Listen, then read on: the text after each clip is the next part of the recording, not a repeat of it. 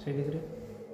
तो अभी हम एक क्वेश्चन और लेकर चलते हैं। दो पार्टनर है आर और पी जो एक साथ शायद स्टार्ट करते हैं, पार्टनरशिप स्टार्ट करते हैं। उनकी जो कैपिटल है, देयर कैपिटल है 50,000 एंड 30,000 और उसमें कुछ डिटेल दे रखी है कि करंट ईयर का प्रॉफिट उनका जो है वो सम पॉइंट से बिफोर एडजस्टमेंट कितना दे रखा है 49,200 and interest on capital rate जो आपको बता रखी है वो 5% पर एनम। और ये कहा गया है कि जो आर है उसको एक कमीशन दिया जा रहा है और वो कमीशन कितना है 2% ऑन सेल दिया जा रहा है।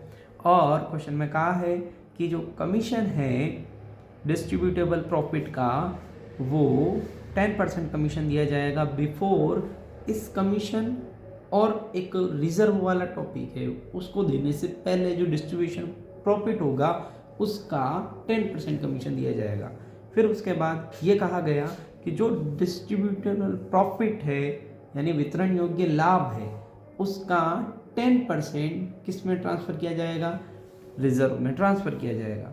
और इसने कहा है कि जो पार्टनर आर है, अच्छा ये जो कमीशन है ये कमीशन किसको दिया जाएगा, पी को दिया जाएगा। और जो आर है, आर फर्म में लोन लेकर आ रहा है, फर्म को लोन दे रहा है, तो ये आर कौन है कि पार्टनर है, तो पार्टनर्स लोन हो गए। कितने थाउजेंड है 20,000 का, जो कि कब दिया उसने 1 अप्रैल 2021 को। ओके, अब उसके बाद आपको यहाँ बनाना है प्रॉफिट एंड लॉस अकाउंट। तो हम उसको कैसे बनाएंगे, कैसे प्रिपेयर करेंगे, तो चलते हैं आगे क्वेश्चन की ओर। सबसे पहले तो मुझे ये बताओ कि इस क्वेश्चन में कहीं पर भी आपको ये दिया है क्या कि इनके बीच का प्रॉफिट शेयरिंग रेशियो क्या है, नहीं दे रखा। तो एब्सेंस ऑफ पार्टनरशिप डीड या पार्टनरशिप डीड साइलेंट होने पर हम क्या लेते हैं, प्रॉफिट शेयरिंग रेशियो क्या ले लेंगे, 1:1 ले लेंगे। एक चीज़ आपको आप ये याद रखनी है, मैंने आपको एक वीडियो जो बनाई थी जिसमें profit and loss appropriation account के बारे में बताया था कि ये अकाउंट कब बनाया जाता है। ये अकाउंट तब बनाया जाता है जब आपके पास साझेदारों को वितरण योग्य लाभ हो और डिस्ट्रीब्यूटेबल प्रॉफिट मीन्स साझेदारों को वितरण योग्य लाभ उसका विभाजन कर रहे हो, तब आप इस अकाउंट को बनाते हैं। तो यहाँ हमारे पास कौन कौन सी चीज़ें इसमें आती है, तो मैंने आपको बताया था कि इंटरेस्ट ऑन कैपिटल है, interest on salary to partner है, बोनस टू पार्टनर है। ये जो पार्टनर को जो जो चीज़ें मिलती हैं वो सारी इधर आएगी और जो जो पार्टनर से फर्म को मिलती है, जो फर्म की इनकम है वो इधर आ जाएगी। मैं इसकी स्टार्टिंग कहाँ से होती है, इसकी स्टार्टिंग होती है बाय नेट प्रॉफिट से। अब ध्यान देना, यहाँ जो नेट प्रॉफिट आएगा वो नेट प्रॉफिट होगा जो सिर्फ और सिर्फ किसके लिए, साझेदारों के लिए या साझेदारों को दिए जाने वाली चीज़ों से रिलेटेड। बट यहाँ एक चीज़ का ध्यान देना कि उस लाभ में जो आपका नेट प्रॉफिट उसमें से इंटरेस्ट ऑन लोन और इंटरेस्ट ऑन मैनेजरियल कमीशन जो कि प्रॉफिट पर होता है वो डिडक्ट होना चाहिए। इंपॉर्टेंट चीज़ें मैंने 3 चीज़ें आपको यहाँ पर बताई थी, आपको याद हो तो आपको पीछे वाली वीडियो जा करके देख सकते हैं उसको। तो यहाँ आपको जो ये प्रॉफिट दे रखा है 49,000, तो उसमें से अगर मैं बात करूँ कि उसको भी मैं यहाँ रखता हूँ अंदर की साइड में 49,200, ठीक है। अब उसमें देखो सबसे पहले अगर मैं बात करूँ IOC की, तो IOC मेरा यहाँ आता है, तो यहाँ मैं लिख दूँगा 2 IOC। यहाँ कौन कौन है, ये R भी है, यहाँ पर P भी है। तो R और P की अगर मैं बात करूँ तो R के 50,000 का 5% निकालेंगे। तो देखो मैं यहाँ कैलकुलेशन करता हूँ 50,000 इंटू 5%, तो देखो 20 से 20 कैंसिल, 500 को मैं 5 से मल्टीप्लाई करूँगा तो 2500 आ जाएगा।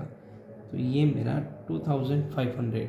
और इसी तरह 30,000 है, तो 30,000 पर भी अपन क्या करेंगे 5% सोल्व करेंगे तो 1500 यहाँ आ जाएगा 1500। तो दोनों को टोटल करेंगे तो मेरा IOC जो है वो कितना बन करके आ जाएगा 4000। तो देखो ये जो पॉइंट होता जाता है उसको ऊपर टिक करते जाना, ये इस तरह से आपको क्वेश्चन को सोल्व करना होता है। फिर उसके बाद देखो 2% commission on sale to reserve to R, तो मतलब आर, अब देखो सेल दे रखी है तो ये तो आईओसी की कैलकुलेशन हो गई, किसके लिए, आर और पी के लिए। अब अपन बात कर रहे हैं कमीशन की, तो कमीशन में आर का कमीशन निकालना जो कि किस पर है, सेल पर है। सेल अपने कितनी है, 2 लाख है, उस 2 लाख का कितना परसेंट का है, 2% का है, तो 2/100 लिख दिया, तो 20 से 20 गए, ये 2000 आया, 2000 को 2 से मल्टीप्लाई करूँगा तो 4000 आ जाएगा। तो मैं यहाँ लिख सकता हूँ 2 आर्स कमीशन, जो कमीशन अपन दे रहे हैं वो कितना आ जाएगा, 4000 आ जाएगा। तो यहाँ तक की बात आपको समझ में आई। अब यहाँ एक और चीज़ है, ये कंप्लीट है आपके पास, फिर उसके बाद में आता है 10% कमीशन टू पी, तो हम यहाँ लिखेंगे टू पीज कमीशन। अब ये जो कमीशन है इसकी कैलकुलेशन अभी अपन करेंगे, तो ये थोड़ा सा पेंडिंग छोड़ देता हूँ। उसके बाद ट्रांसफ़र टू रिजर्व, तो यहाँ आ जाएगा रिजर्व अकाउंट, जो भी आपका अमाउंट बचेगा वो आप यहाँ पर क्या करोगे, वो यहाँ पर आप क्या करोगे, उसको ट्रांसफ़र कर दोगे रिजर्व में। तो देखो इतनी चीज़ें आपके पास आ चुकी है। अब इतनी आने के बाद आपके पास एक पॉइंट बचता है कि सर आपने अमाउंट क्यों नहीं लिखा। अमाउंट इसलिए नहीं लिखा कि आप उसको देखो कि ये आपको दिख रहा है, तो यहाँ आपको मैंने कहा कि ये चीज़ें मैंने अमाउंट नहीं लिखी। अमाउंट क्यों नहीं लिखी, मैं आपको ये बताना जा रहा हूँ कि यहाँ कुछ डिटेल लिखी है कि 2% commission of sale to R, तो सेल आपको दे रही, सेल का 2% है, चलो ये तो समझ में आ गया। बट यहाँ जो लिखा है ना, जो पी को कमीशन दिया जा रहा है वो किस पर दिया जा रहा है, वो कहा है कि ये कमीशन देने से पहले, before such commission and reserve, देखो यहाँ पर आप रिजर्व करोगे और यहाँ जो पी को कमीशन देखो, इससे पहले जो वितरण योग्य लाभ है, मतलब क्या 49,200 नहीं, सबसे पहले इसमें आगे देखो क्या है, आर लोन है, आर लोन, और उसके ऊपर क्या है 20,000 है। बताओ यहाँ लोन जब कोई पार्टनर देता है तो कंपलसरी ये होता है कि उसके ऊपर आपको ब्याज देना जरूरी है, वो चार्ज ऑन प्रॉफिट है, और आपको प्रॉफिट भी हुआ है, लॉस की कंडीशन में भी हमें ये देना पड़ता है। सर आप ये बताओ कि इसके ऊपर कितने % का इंटरेस्ट लगेगा, तो मैंने कहा कि जब एब्सेंस ऑफ पार्टनरशिप डीड हो या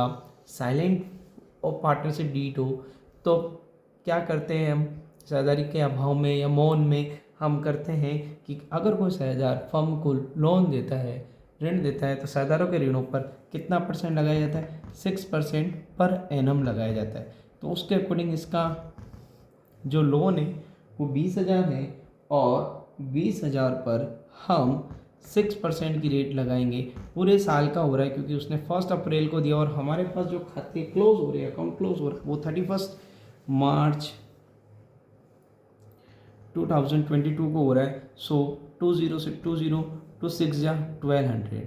तो यहाँ से हम सबसे पहले तो इसमें से, यहाँ हम इसको इसमें नहीं लिखते हैं इंटरेस्ट ऑन लोन को, इसलिए इसमें से कट करके यहाँ पर अपना प्रॉफिट आ जाएगा। तो 49,200 में से 1200 अगर हम माइनस कर देंगे तो हमारे पास 48,000 आ जाएगा। 48,000 में से ये दोनों अगर हम माइनस कर दें तो हमारे पास क्या आ जाएगा, हमारे पास डिस्ट्रीब्यूटेबल प्रॉफिट ये है क्या, इससे पहले देखो क्या क्या है, इसमें से 4,000 तो हम माइनस कर देंगे किसके, आईओसी के, और उसमें से 4,000 माइनस कर देंगे किसके, आर के कमीशन के, और उसका हम क्या निकालेंगे, कितना % है, 10% निकालना है। तो देखो कितना आ जाता है, 48 में से 48,000 में 4 और 4 8,000 गए, तो आपके पास 40,000 बचेगा।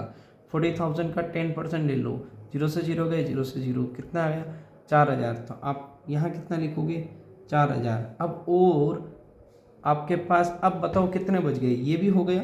अब इस पॉइंट के बाद रिजर्व में जो ट्रांसफ़र करेंगे वो डिस्ट्रीब्यूटेबल प्रॉफिट का 10%। क्या सर अभी भी 40,000 ही ले, नहीं, अब 4,000 और चले गए, तो अब आपके पास प्रॉफिट डिस्ट्रीब्यूटेबल और कम हो गया, उसका भी 10% लेना है। तो 40 में से 4 गया, अब आपके पास कितना है, 36,000, उसका 10% लेंगे।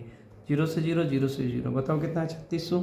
तो यहाँ पर आपका आ जाएगा 3600। बस इस तरह से आपका ये कॉन्सेप्ट क्लियर होता है। और यहाँ आपको आईओडी नामक कोई चीज़ दे नहीं रखी है, तो ये कंप्लीट कॉन्सेप्ट हुआ।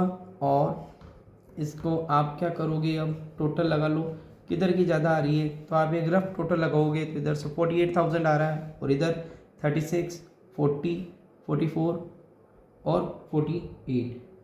देखो कितना आ रहा है 36 और 4 कितने हो गए आप देखो तो 40,000 और 4,000 और तो कितने हो गए आपके पास,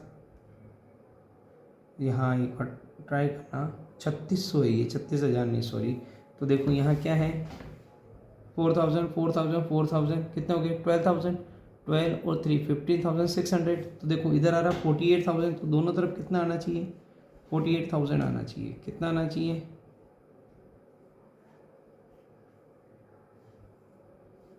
48,000, दोनों तरफ की टोटल क्या आनी चाहिए 48,000। तो इधर की अमाउंट कम आ रही है तो अपन यहाँ लिखेंगे टू पार्टनर्स कैपिटल, क्या लिखेंगे अकाउंट। कौन कौन है पार्टनर, हमारे पास आर है और पी है। तो देखो कितना कम आ रहा है, तो देखो 48,000 आनी चाहिए और इधर आ कितना आ रहा है 15,600, वो माइनस कर देंगे।